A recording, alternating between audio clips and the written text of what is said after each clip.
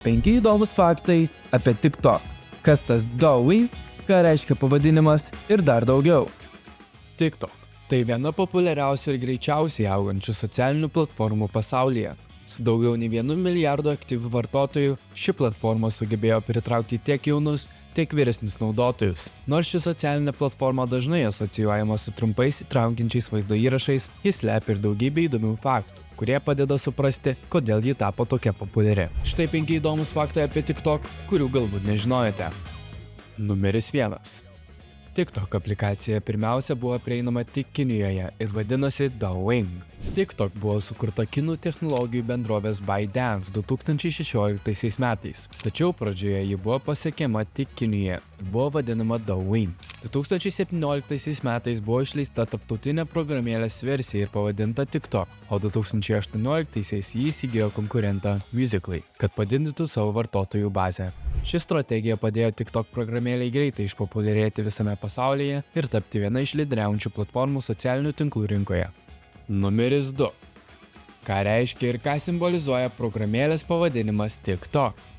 Pasak kompanijos, programėlės pavadinimas TikTok simbolizuoja laiko tėkmę ir greitį, panašiai kaip laikrodžio TikTok garsas. Tai atspindi platformos dėmesį į trumpą, įtraukiantį turinį, kuris greitai prikausto vartotojo dėmesį.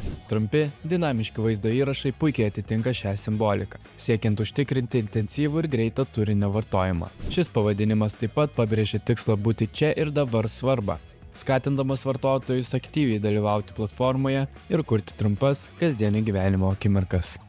Numeris 3. TikTok programėlė turi daugiau nei 1,5 milijardo aktyvių naudotojų. TikTok yra viena iš pačių populiariausių programėlių pasaulyje. 2023 metais TikTok pasiekė 1,5 milijardo aktyvių naudotojų visame pasaulyje, o tai dar labiau padidino jo populiarumą, ypač tarp jaunų vartotojų. Remiantis Omnicore duomenimis, TikTok pasiekė šį milžinišką skaičių netgi greičiau nei kitos populiarios platformos, tokios kaip Instagram ar Facebook.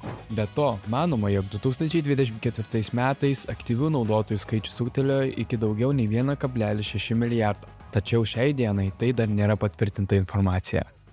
Numeris 4. TikTok padeda muzikos industrijai atgimti. TikTok tapo reikšmingu įrankiu muzikos industrijoje, nes daugelis dainų, kurios tampa populiariamis šioje platformoje, dažnai pasiekia hitų viršūnes ir jų kūrėjus aplanko didžiulė sėkmė per vieną naktį.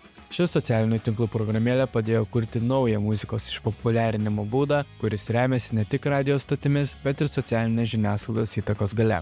Beje, ar yra daina, kurią atradote ir pamėgote per TikTok? Parašykite jos pavadinimą komentaruose. Numeris 5. TikTok populiarėja tarp seniorų. Nors TikTok pradžioje buvo orientuota į paauglius ir jaunus suaugusiusius, pastaraisiais metais ši platforma tapo vis populiaresnė ir vyresnio amžiaus vartotojams.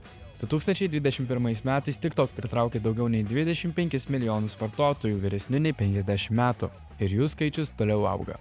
Toks augimas rodo, kad TikTok tampa visapusiškesnė platforma, kuri ne tik skirta pramogoms, bet ir suteikia galimybę žmonėms dalintis žiniomis, patirtimi, kūrybiškumu su įvairaus amžiaus žmonėmis. TikTok ne tik pakeitė socialinių tinklų dinamiką, bet ir tapo įtakinga platforma formuojančia muzikos, pramogų ir net verslo tendencijas. Programėlės išmanūs algoritmai, išskirtinis turinio pateikimas ir patrauklumas įvairaus amžiaus grupėms naudotojams padeda platformai išlikti bene populiariausia soc platforma pasaulinėje arenoje. Jeigu jums patiko mūsų paruošti faktai apie socialinių tinklų milžinę TikTok, paspauskite patinka arba pakomentuokite, kuris faktas jums pasirodė įdomiausias. O dar geriau, užprenumeruokite mūsų YouTube kanalą ir mes nuolat stengsime sujudinti jūsų smalsumų jutiklius. Ačiū ir iki.